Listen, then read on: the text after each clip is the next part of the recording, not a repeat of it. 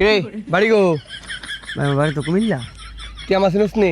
না তো ভাই, হ্যাঁ না তো ভাই। তুই আমার চিনিস না?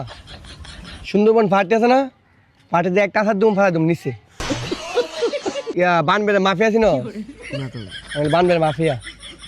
তুমি আমার চিনো? তুই কেটা? কুমিল্লার মাফিয়া আমি। হ্যাঁ কুমিল্লার মাফিয়া।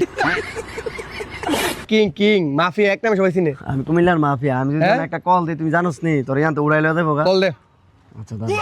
রে তুই এসব কি মোবাইল ইউজ করস?